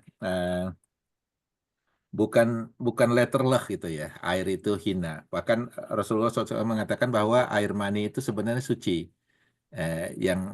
Jadi itu tidak membatalkan najis, bukan najis. Jadi air mani itu bukan najis. Yang najis itu justru air yang sebelum mani itu, apa sih namanya, mazi. Ya, mazi itu najis, tapi mani itu suci. Ya, jadi nggak najis. Nah, di sini Allah Subhanahu wa taala hanya akan memberikan kita peringatan bahwa seolah-olah air mani itu bukan berarti hina, tapi itu sesuatu yang nggak berarti apa-apa sebenarnya. Kamu diciptakan dari hal yang seperti itu loh, ya, yang nggak ada apa-apanya. Kemudian kamu menjadi manusia, kemudian kamu menjadi sombong dan sebagainya. Itu hanya sebagai istilah aja, Pak Bowo. Bukan benar-benar hina dalam arti kata sesuatu yang hina. Ini hanya menunjukkan kepada kita bahwa kita diciptakan dari sesuatu yang tidak ada artinya sebenarnya, tidak ada apa-apanya. Makanya jangan menjadi sombong. Ya, kita diciptakan dari hal yang sangat kecil seperti itu. Itu ininya apa namanya penjelasan dari air hina itu sendiri. Ya, karena setahu saya kan diterjemahkan ke bahasa Indonesianya benih kehidupan gitu kan ya. Iya, iya, iya. Itu baik gitu. Baik, ya, sebenarnya baik. Tapi hina di sini hanya sekedar peringatan pada kita bahwa kita diciptakan dari sesuatu yang sebenarnya bagi Allah itu sendiri tidak berarti apa-apa gitu loh. Tapi kenapa kita kok menjadi begitu, sudah menjadi manusia kok begitu sombong, menolak percaya kepada Allah Subhanahu wa Ta'ala. Ya, itu hanya istilah aja, hanya peringatan buat kita. Terima kasih, Mas. Sama-sama. Baik, terima kasih Pak Prabowo atas pertanyaannya. Bapak-bapak, mohon izin ini overtime ya, lebih dari jam 9. Sampai kita ini menarik sekali materinya, dan kalau Bapak-bapak ada acara monggo silahkan untuk dilanjutkan persiapan untuk acaranya. Tapi kami masih buka beberapa pertanyaan sampai ini kita inilah puas lah gitu. Saya mulai dulu nih, saya mumpung ini ada kesempatan nih. Tadi Mas Agus nyampein waktu Nabi Isa nih ya, 33 tahun menjadi nabi, kemudian pada saat dihidupkan kembali untuk memimpin Islam selama 7 tahun, baru setelah itu meninggal semeninggal-meninggalnya gitu kan. Nah pertanyaannya ini ya, itu Mas Agus saja tahu gitu kan, 7 tahun nanti hidupnya itu Nabi Isa. Atau itu Nabi Isa itu secara ini itu beliau apakah memang menyadari oh ya ini hanya 7 tahun gitu. Ini cuma ngomongan logis saja gitu kan. Itu beliau Nabi Isa tahu kalau memang ini assignment-nya 7 tahun, itu kira-kira gimana itu perspektifnya Mas Agus? Nggak ada yang tahu juga. Oh, Artinya kita nggak tahu apakah Nabi Isa tahu atau tidak. Mungkin juga tahu karena kan beliau seorang nabi. Ya. Tapi 7 tahun itu pun artinya dari hadis ya, sekitar itu gitu loh. Jadi nggak lama ya Nabi Isa itu memimpin kaum Muslim nanti. Tapi selama 7 tahun itu, selama waktu yang apa namanya yang cepat itu, nanti kehidupan Muslim itu sangat sangat apa namanya makmur. Nah, bahkan kata dalam hadisnya ya. Ada orang yang ingin memberikan zakat, tapi tidak ada orang yang penerima zakatnya. Jadi mereka kesulitan mencari orang yang menerima zakat karena saking makmurnya kehidupan di zaman itu nanti. Nah itu jadi cepat sekali ya, tapi sangat makmur. Itu mungkin juga pernah terjadi ya di zaman Abbasiyah, ada apa namanya raja yang namanya Umar, namanya Umar juga. Umar siapa namanya? Yang waktu di Irak itu beliau tuh hanya Umar ya itu hanya 2 tahun loh memimpin Irak itu ya, Bani Abbasiyah itu. Tapi kemakmuran itu begitu merajalela pada zaman beliau. Tapi akhirnya juga beliau mati dibunuh ya, mati terbunuh. Tapi yang jelas ya waktu singkat bukan berarti tidak akan bisa memberikan kemakmuran kepada penduduk ya. Jadi waktu singkat kalau dipergunakan sebaik-baiknya itu akan memberikan kemakmuran ya, termasuk nanti Nabi Isa yang memimpin hanya sementara. Dalam hadisnya tidak secara letterlock dikatakan 7 tahun, ya, tapi sekitar Nabi Isa itu akan meninggal umur 40 tahun. Jadi kalau kita apa namanya masukkan ketika beliau diangkat kata Rasulullah itu sekitar umur 33 tahun. Jadi hadisnya itu nanti Rasulullah mengatakan bahwa nanti di akhirat nanti di surga nanti umur manusia itu semuanya sama. Jadi nggak ada nenek-nenek, nggak ada anak kecil, nggak ada. Jadi surga itu nggak ada nenek-nenek, ya nggak ada kakek-kakek, nggak ada. Semuanya umurnya sama, kata Rasulullah. Seusia Nabi Isa ketika diangkat oleh Allah, yaitu sekitar 33 tahun. Jadi kita sedang sehat-sehatnya lah istilahnya. Itu. Terima kasih Mas Agus. Monggo Bapak yang mau komentar, nanya. Silakan. Maaf Pak Agus, itu tadi umur manusia rata-rata di surga 33 tahun. Iya, umur kita mantap Pak Bowo. Nggak ada kakek-kakek di sana, nggak ada nenek-nenek. Oh. Mak- Makanya ada seorang nenek ya datang kepada Rasulullah menanyakan tepatnya, ya Rasulullah, apakah saya akan di surga? Kata Rasulullah, nggak ada, nggak katanya. Nangis dia kan. Kemudian Rasulullah bilang, Nek, kamu di surga, tapi di surga itu nanti nggak ada nenek-nenek. Kamu akan dikembalikan umurmu muda kembali. Jadi sekitar 33 tahun, itu usia yang apa namanya sehat-sehat ini. Ya. Nabi bukannya umur 40 baru diangkat jadi rasul. Iya, nggak apa-apa. Maksudnya Pak Bowo kenapa? Apa hubungannya sekarang saya menanya? Nanti Maksudnya kan balik lagi. hubungannya antara 33 sama 40 Enggak, tadi kira-kira saya dengarnya pada waktu diangkat jadi nabi gitu, enggak.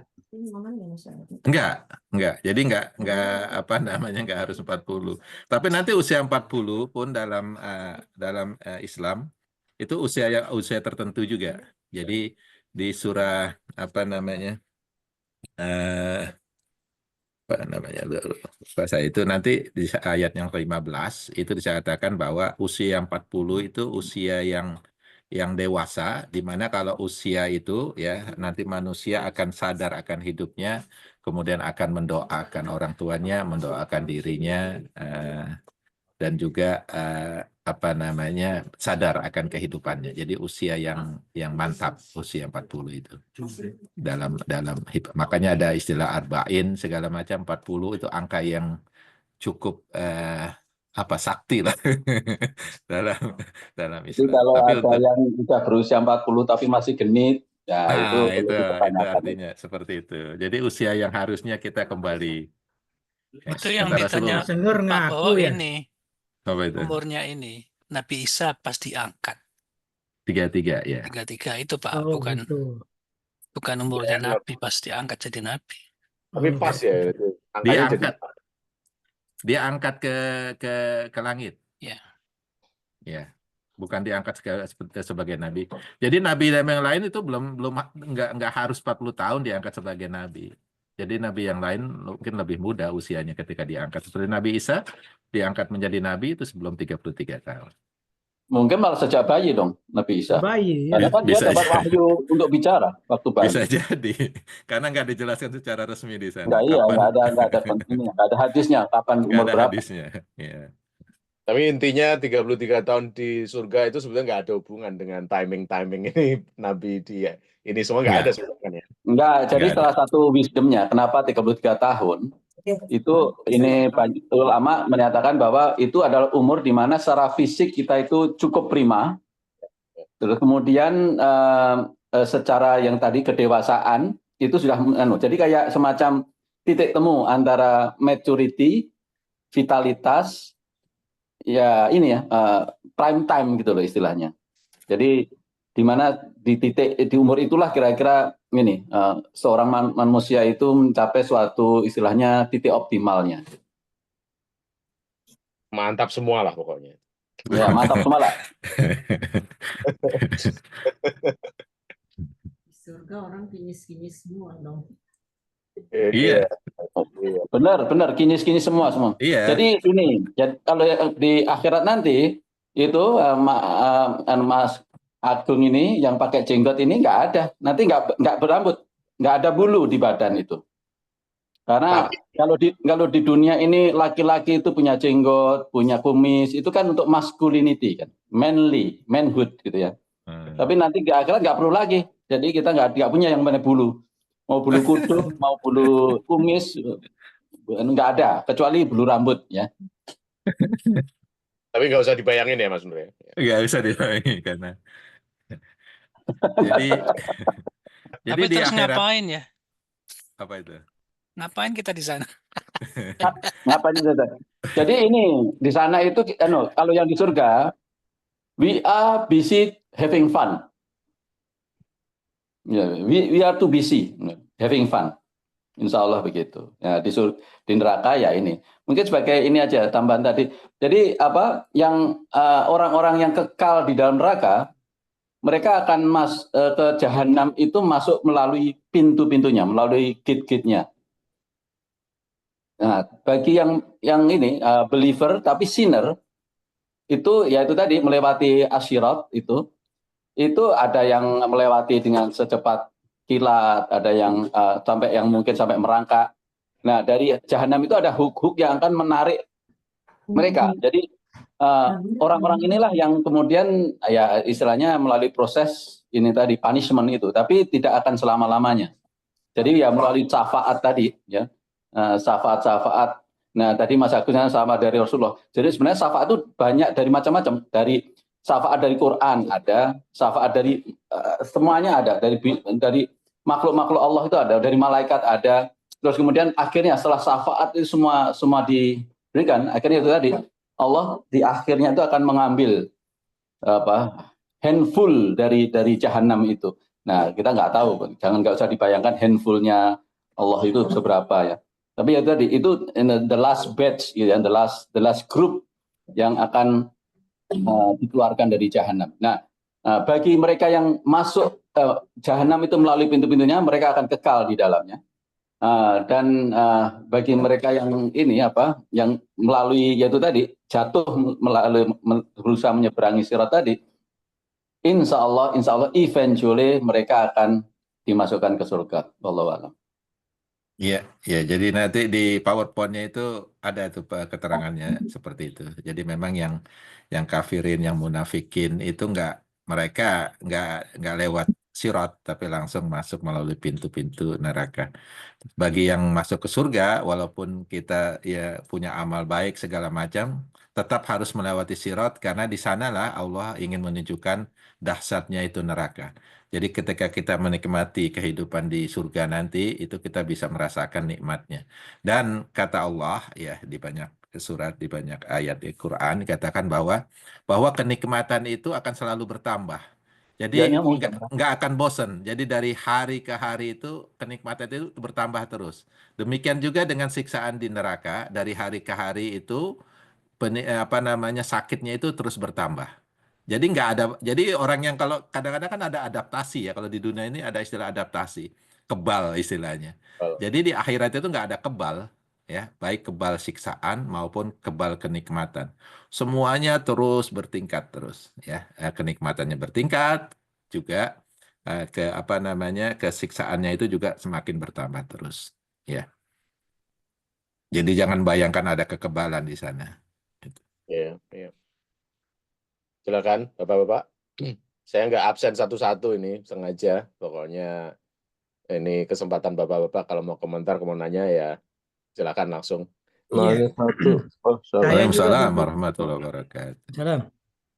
Monggo, Mas Torkis, Bang Torkis. Assalamualaikum Mas Agus, jazakallah khair. Salam warahmatullahi. Mau nanya satu yang tentang Dajjal. Waktu itu udah ada hadis Nabi yang sahabat Nabi yang berlayar terus terdampar satu pulau. Tapi Mas Agus bilang di daerah Kurasan ya. Itu gimana ininya? Jadi koneksinya kita nggak tahu gimana, tapi yang jelas mungkin sudah lepas dari pulau tersebut dan akhirnya nanti akan muncul dari Kurasan. Jadi di hadisnya itu sangat jelas, ya. Bahkan Rasulullah SAW itu bahkan yang menarasikan hadis itu perempuan, ya. Artinya Rasulullah SAW ketika menceritakan hadis masalah Dajjal di pulau itu di masjid itu semua orang dengar, ya, termasuk wanita-wanita yang ada di masjid, ya, pada saat itu. Mendengar berita tersebut bahwa Dajjal itu sudah ada, zamannya Nabi Nuh pun udah ada, bahkan Nabi Nuh, ya, nabi-nabi sebelumnya itu sudah memperingati adanya Dajjal. Jadi Dajjal itu satu makhluk, ya, keturunan Nabi Adam, ya, ya, seperti kita manusia, tetapi diberikan oleh Allah Subhanahu Wa Taala umur yang sangat panjang, ya, sampai akhir zaman nanti, ya, sampai nanti dibunuh oleh Nabi Isa.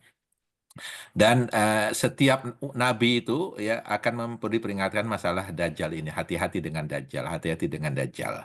Nah, kemudian, ya, dalam hadis itu Rasulullah menceritakan bahwa ada salah satu orang yang terdampar di pulau, yang di pulau itu dia akhirnya masuk ke dalam suatu tempat ya, ada yang mengatakan gua ya, di sana dilihat ada orang yang dirantai. Dirantai. Ya, di sana ya orang yang rantai itu bertanya apakah sudah ada nabi terakhir sudah datang. Udah gitu kan dijawab. Karena orang ini tahu akan Nabi Muhammad SAW. Kemudian apakah ada pohon kurma apa segala macam sudah mulai berkurang apa hasilnya? Ada. Itu jelas sekali hadisnya itu ya. Kemudian apalagi yang ditanyakan itu. Kemudian orang yang terantai ini mengatakan, oh waktuku sudah dekat karena dia ini adalah Dajjal. Kemudian juga diceritakan bagaimana bentuk fisik dari Dajjal itu sendiri dijelaskan oleh Rasulullah SAW sudah jelas. Nanti rambutnya keriting. Jadi yang nggak keriting ini, yang nggak keriting ini, alhamdulillah. Jadi rambutnya keriting ya, matanya salah satu matanya itu seperti keluar dari bola matanya ya, seperti anggur ya keluar. Kemudian kakinya bengkok, jadi Dajjal ini secara fisik buruk lah. Kemudian nanti hanya orang beriman bisa melihat di kening Dajjal ini ada tulisan kaf, fa, ro, jadi kafir itu ya. Hanya orang Muslim yang bisa melihat itu, yang beriman dan seterusnya. Nah itu hadisnya jelas itu, Master Kis ya. Tapi nanti hubungannya dengan kenapa muncul di Khurasan itu nggak ada ininya, nggak ada linknya nggak ketahuan. Tapi bisa jadi ya kalau secara logika ya mungkin karena dia tahu udah waktunya sudah dekat, kemudian dia itu berhasil melepaskan diri dari rantai tersebut dan akhirnya pergi ke daerah Khurasan itu. Nanti muncul dari daerah Khurasan. Jadi hubungannya itu orangnya sama ya, tapi sedang dipancung istilahnya dirantai di satu pulau. Tapi nanti dia akan muncul di Khurasan dan itu bisa terjadi. Itu bisa terjadi. Itu jadi hadisnya dua-duanya sahih. Sebagai tambahan aja itu yang hadis yang tadi disampaikan Mas Agus tadi yang di Jin tadi itu ini hadis dari salah satu sahabat yang tadinya dia non Muslim, jadi dia Tamim Ad-Dahri namanya, Tamim Ad-Dahri.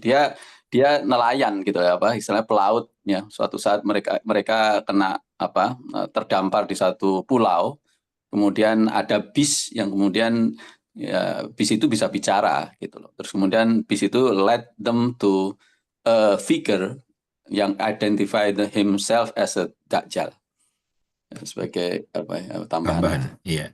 Jadi memang masih non Muslim dia saat itu, Tamim. Ya, waktu itu masih non Muslim. Terus kemudian dia ketemu Rasulullah. Terus kemudian dia bercerita, Tamim Ad-Dahri namanya. Iya. Jadi itu. Nah mungkin sebagai ini aja trivia juga, Dajjal itu dari kata Dajjala. Dajjala itu to deceive, dupe, cheat, take, to be a swindler, a charlatan, macam-macam ya, itu deceive. Jadi memang benar. Jadi Dajjala itu deceiver.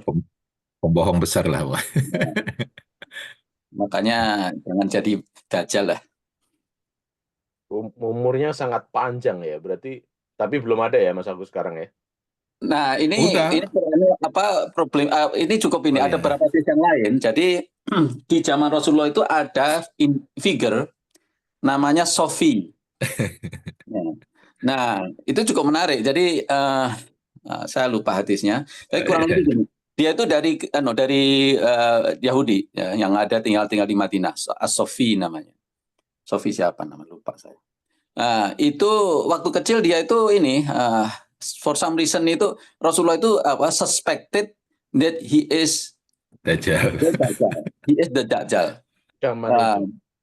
Di zaman itu. Jadi sempat ada beberapa kali insiden dia berinteraksi dengan Sofi ini. Nah, Umar itu ini gregetan itu, dia mau bunuh. Tapi kemudian oleh Rasulullah dilarang karena yang membunuh Dajjal itu sudah diputuskan yaitu tadi Isa Al-Masih gitu. Nah, tapi kemudian setelah figure ini itu setelah Rasulullah wafat dia Muslim gitu loh. Dan ada cerita suatu saat di hadis yang lain gitu dia itu ini bergabung dengan rombongan dari Madinah either performing umroh atau haji ya. Nah, kemudian ini orang semua Madinah itu tahu gitu loh, bahwa dia yang dulu dicurigai sebagai dajjal gitu loh oleh Rasulullah. Tapi karena dia Muslim ya there is nothing we can do gitu loh. Nah, waktu suatu saat karavan dari Madinah itu mau istirahat itu, semua orang ini pada menjauhi dia kecuali satu, aduh lupa sana, satu sahabat namanya siapa saya lupa. Dia nggak ada pilihan kecuali dia duduk bersama dengan Sofi ini gitu loh. Nah, basically Sofi ini berusaha baik-baikan lah, sharing makanan, kemudian ini sharing susu. Dia bilang, sahabat ini yang satunya itu bilang, oh saya tidak suka susu yang dingin, saya nggak suka. Jadi sebenarnya alasannya itu untuk nolak aja gitu loh. Terus akhirnya ini Sofi ini bilang, ya so and so, saya tahu bahwa ini Dajjal itu begini. Jadi dia tahu persis bahwa dia itu dulu dituduh disuspek oleh Nabi bahwa dia itu Dajjal. Tapi tahukah kamu ya si Fulan bahwa saya tinggal di Madinah. Tahulah bahwa Dajjal itu tidak bisa masuk Madinah. Terus kemudian kamu tahu Dajjal juga nggak bisa masuk ke Mekah. Kita sekarang mau ke Mekah. Terus kemudian tahulah kamu jadi pada dasarnya semua argumen tentang indikasi Dajjal itu dipatahkan semua oleh Sofi ini. Tapi kemudian ini pada akhir phrase-nya, pada akhir phrase-nya itu ini, jadi si sahabat ini sudah mulai simpatik gitu loh, simpatik, kasihan juga ini si Sofi ini kayak dikucilkan gitu loh karena dia dulu dicurigai sebagai Dajjal. Tapi pada akhirnya dia ngomong suatu phrase di mana tapi aku tahu, di mana sekarang Dajjal itu, gitu. Jadi sepertinya dia itu masih punya kayak semacam informasi gitu loh, linkage bahwa dia ada informasi di mana sekarang dia dan kapan dia akan muncul, gitu. Jadi langsung dia sahabat ini langsung go away, stay away from me, gitu. Jadi gitu. Nah, yang menarik lagi, anaknya Sofi ini itu menjadi salah satu ulama hadis. Saya juga lupa namanya. Jadi ya at the end of the day Rasulullah SAW itu adalah seorang manusia. Jadi dia mencurigai ya sebagaimana seorang manusia, bisa juga salah gitu ya. Jadi dia bukan Dajjal memang gitu. Jadi wallahu bisawab. Jadi ya Dajjal itu adalah entity yang akan muncul in the future. Kita imani karena itu salah satu part of our Islamic tradition. Memang ciri-cirinya seperti itu, tapi yang keriting ya jangan berkecil hati. Yang keriting jangan berkecil hati. Jadi begitulah. Jadi ada ciri-cirinya. Dajjal itu ada ciri yang matanya cuma satu, yang satu matanya pucat, grip ya, rotten grip ya gitu-gitu. Terus kakinya bengkok gitu. Kalau yang gitu ya jangan kalau mudah merasa berkecil hati. Iya. Itu aja. Jadi intinya masalah sekarang di mana Dajjal itu berada dan muncul itu bisa saja terjadi di dua tempat ya. Adanya sekarang di mana itu berada, kemudian nanti munculnya mungkin di tempat lain. Kayak misalnya sekarang Mas Agung ada di Toronto, tahu-tahu muncul ada di Kentucky kan bisa jadi. Karena waktunya berbeda ya, antara hadis yang pertama dengan hadis yang kedua itu ada beda waktu gitu loh. Ya. Pak Kustim tadi kayaknya mau ada yang disampaikan. Maaf kalau kepotong tadi. Maaf, tadi itu saya curious dengan masalah kenikmatan itu kan, kalau sudah ada semua kan bosen gitu loh. Nah. Itu ternyata bertambah, meningkat terus gitu. Meningkat terus, Bapak. Jadi istri itu ya nanti di surga itu hari ini itu. Ya. Kita nggak ada yang nanya istri kan? Iya. Jadi gini, istri itu nanti di surga hari ini cantik. Besok jelek. Besok lebih cantik. Besoknya lagi, sangat cantik. Jelek. Besoknya lagi sangat cantik. Pokoknya meningkat terus, nggak ada bosennya. Kalau sekarang masih bisa bosan Pak Bawa ya? Nggak ada lah. Pak Bawa nggak cuma istri, nanti Pak Bawa nanti dapat guru nain. Oke. Kayak pearl, kayak protected pearl, oke. Yang matanya itu bulat-bulat kayak itu loh, kartun manga itu loh. Nggak nonton saya, sorry. Saya kasih Mas Nur deh. Oh bener, nanti Boleh, nyesel boleh. nanti. Boleh, boleh. Nah, Ya, Iya. pokoknya nggak berkurang lah Pak Bawo. Jadi insya Insya Allah Allah. ya kita semuanya ada di surga insya Allah. Jadi sekarang Amin. masih kebayang-bayang aja kata Allah ya kata Rasulullah. Apa yang di surga itu sebenarnya apa kita bayangkan itu Belum jauh nyampe. sekali, nggak sampai pikiran kita. Tapi yang jelas ya kalau kita belajar masalah anatomi dan fisiologi manusia memang ada itu. Jadi hal-hal seperti itu terjadi, misalnya adaptasi ya, kebosanan. Tapi juga satu saat ya, kok cantik terus apa segala pernah juga terjadi dalam kehidupan kita. Karena memang Allah Subhanahu Wa Taala memberikan kita otak, memberikan kita hati yang bisa bisa mengolah itu. Jadi nanti semua diarahkan ya ke sesuatu yang apa namanya kenikmatan semua nanti di akhirat nanti gitu. tapi mungkin ini Mas Agus, ada satu di ayat Quran juga kan gini, lupa saya. Jadi nanti the believer itu akan duduk berhadapan hati mereka itu yang namanya rasa kebencian, rasa dengki itu dicabut dari hati. Hilang ya. Ya, jadi makanya itu salah satu ayat yang dikutip oleh Ali waktu dia berkonflik dengan Muawiyah gitu. Bahwa kenapa kamu nggak maki-maki Muawiyah? Enggak, saya berharap nanti di surga nanti, di akhirat nanti saya dengan dia akan duduk berhadapan dengan hati yang bersih dengan saya ini apa. Artinya apa? Ya bisa jadi yang namanya kebosanan itu akan dicabut, rasa bosan itu dihilangkan oleh Allah. Jadi rasa dengki, rasa jealous terhadap, misalkan gini, Mas Agus, ya insya Allah nanti tingkatnya lebih tinggi dari kita misalkan. Ya walaupun tingkatnya berbeda, itu antar penghuni surga nanti tidak ada rasa jealous, ya. ada rasa polisi. Jadi insya Allah yang namanya bosan itu juga sama, akan dihilangkan, dicabut begitu. Yeah. Jadi jangan khawatir lah Pak Ghosting. Yang penting bisa masuk surga dulu deh. Nanti soal nanti Amin. nah, gitu. Nanti ya Mas Nur cari saya lah kalau nggak ada. Insya Allah, insya Allah.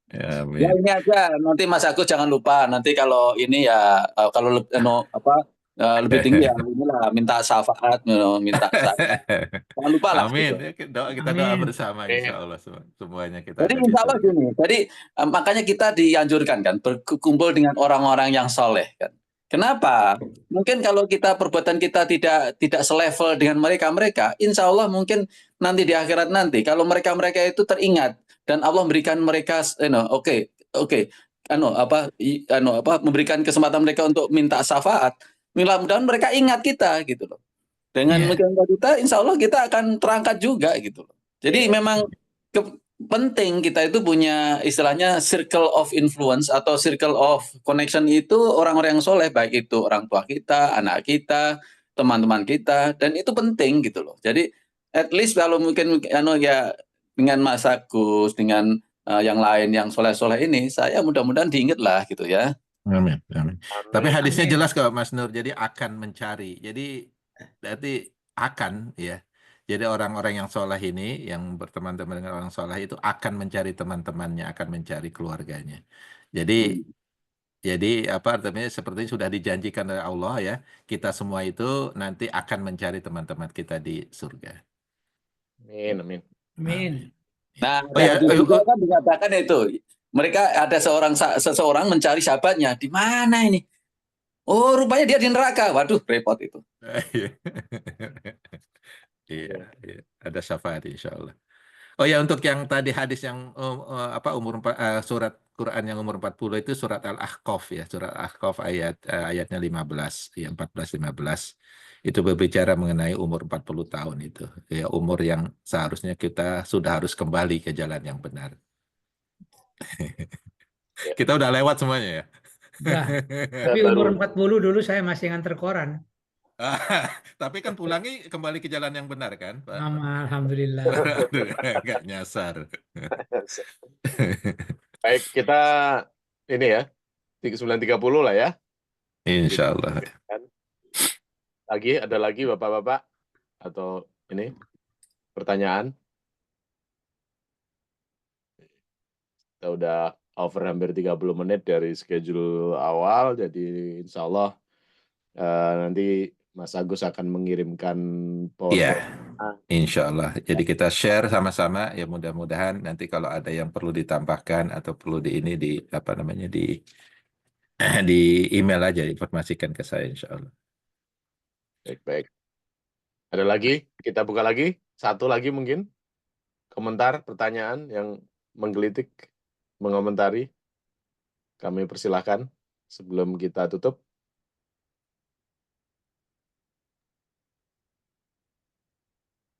Pak Babang, Ya. monggo, Pak Babang. Oke. Ya, digunakan kesempatan 1 menit. Kalau dari informasi Pak Agus tadi, itu kan umat Islam itu umurnya sekitar 1.500 ya, 1.500. Padahal ini kan sudah mendekati sekali. Iya, hati-hati, Kita udah lihat dekat.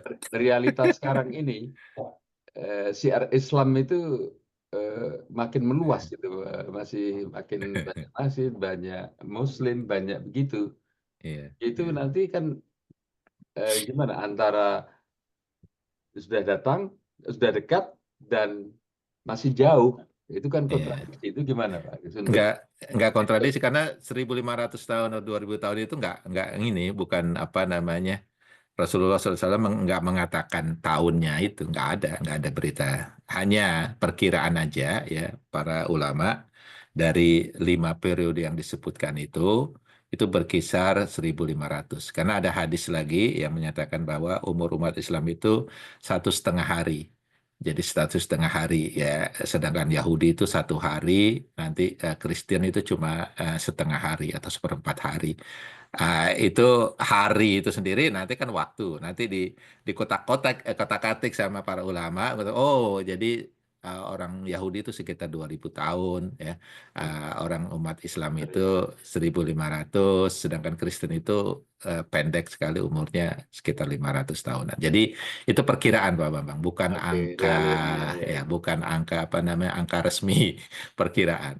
Tapi yang jelas yang periode itu jelas kan, kita sudah mengalami kan, memang kita ada di periode yang keempat itu ya, Mulkan Jabarin, dan itu ini bukti dari kebenaran Islam dan kebenaran Rasulullah SAW ya, bagaimana beliau memberikan profesinya kepada kita, informasinya kepada kita agar kita siap-siap.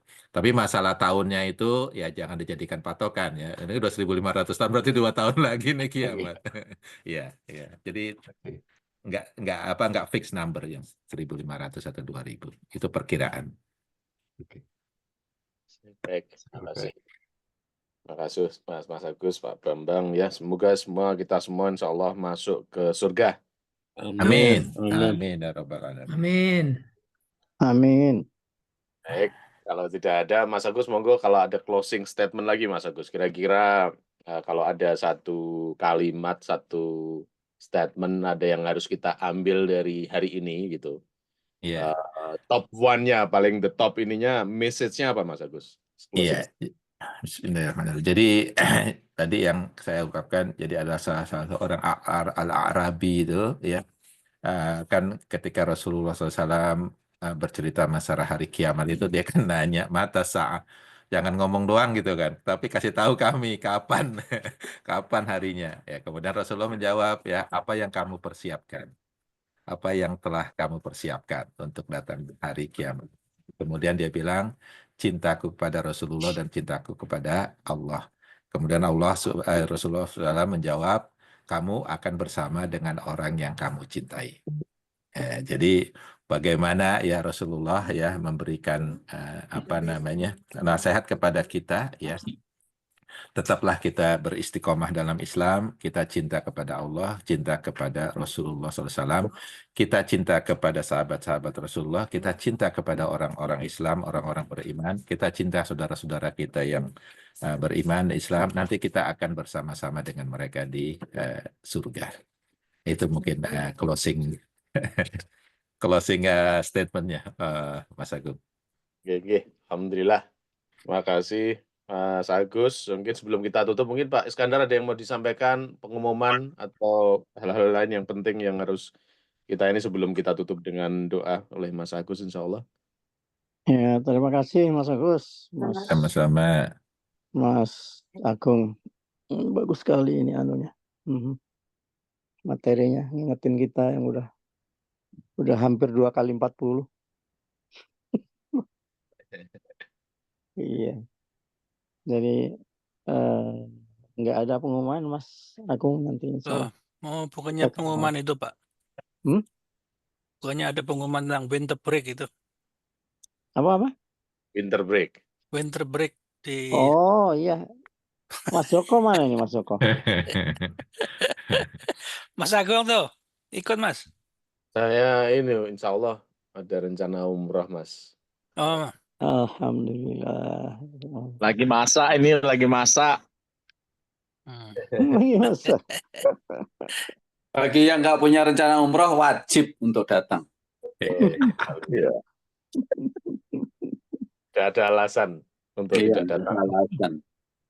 Nggak ada alasan untuk ngeles. Iya.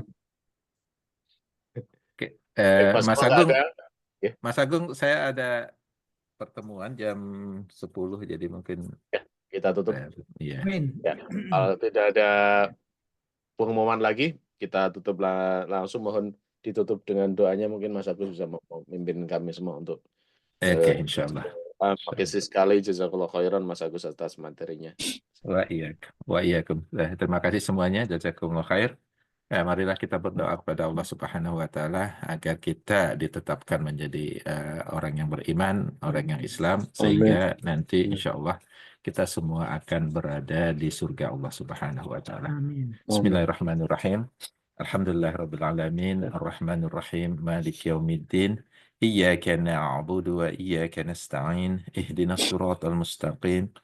صراط الذين أنعمت عليهم غير المغضوب عليهم ولا الضالين آمين.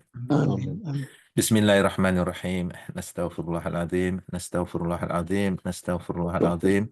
اللهم صل على سيدنا محمد وعلى آله وأصحابه أجمعين. رب اغفر لنا ولوالدينا وارحمهما كما ربيانا صغارا. رب اغفر لنا ولوالدينا ولجميع المسلمين والمسلمات والمؤمنين والمؤمنات الأحياء منهم والأموات إنك أنت السميع القريب مجيب الدعوات ويا قاضي الحاجات.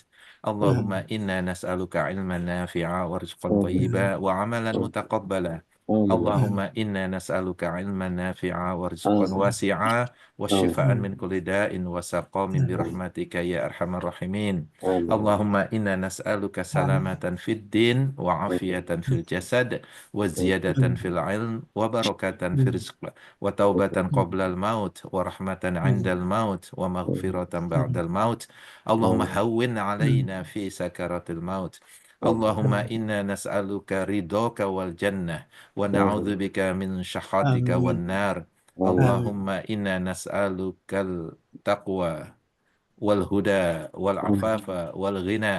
ربنا آتنا من لدنك رحمة وهيئ لنا من أمرنا رشدا. ربنا هب لنا من أزواجنا وذرياتنا قرة أعين واجعلنا للمتقين إماما. رب اجعلنا مقيم صلواتنا ومن ذرياتنا ربنا وتقبل دعاء. ربنا تقبل منا إنك أنت السميع العليم وتب علينا إنك أنت التواب الرحيم. ربنا آتنا من لدنك رحمة وهيئ لنا من أمرنا رشدا. اللهم يسرنا في أمورنا ولا تعسر علينا. اللهم فقهنا في الدين وعلمنا التأويل. ربنا آتنا في الدنيا حسنة وفي الآخرة حسنة وقنا عذاب النار. وصلى الله على سيدنا محمد وعلى آله وأصحابه أجمعين. سبحان ربك رب العزة عما يصفون وسلام على المرسلين عن الحمد لله رب العالمين. سبحانك اللهم وبحمدك أشهد أن لا إله إلا أنت أستغفرك وأتوب إليك. وبالله التوفيق والهداية والسلام عليكم ورحمة الله وبركاته. Waalaikumsalam. Terima kasih. Terima kasih, Bapak. Jazakumullah khair.